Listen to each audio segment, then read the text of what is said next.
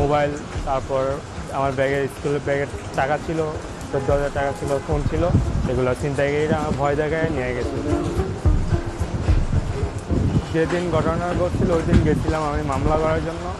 ওরা বললো যে ওই হসপিটাল থেকে রিপোর্ট আনার জন্য এই আবার হসপিটালে গেছি, হ্যাঁ আবার ঢাকা মেডিকেলে যাইতে বলে। এই জন্য আমার শরীর অনেক খারাপ ছিল, এই জন্য আমি আর যাই নাই। দেখো দেখো উঠো, যেখানে রাখছো উঠো, একজন উঠো, সবাই কথা বলেন, একজন উঠো, দেখো কোন রাখছো,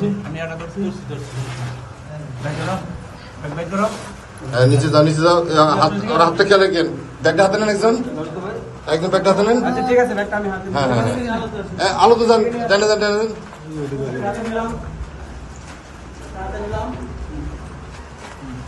দেখি আমি একটু দেখি, এই দেখি একটু ব্যাগ কি আছে, খোলো খোলো, এই আপনারা ধরে নেন, হাতে নিতে পারে, বুঝেন না কেন? আপনারা খোলেন, একজন সমস্যা কি?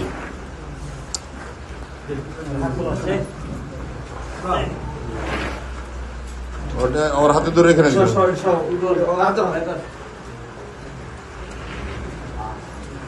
আরো আছে দুইটাই? আমার অফিসার ইন্ডিকেশন তো। তোমার নাম কি? দাঁড়াও, তোমার নাম কি? তুমি ওই দিন কি করছো? আমি হুন্ডা চালাই। হ্যাঁ, ওই দিন কি ছিল? ওই দিন মানে একটা আমরা হাতে দিলে রোগ কোনা মানে একটা কাজ করছিলাম। কি কাজ করছো?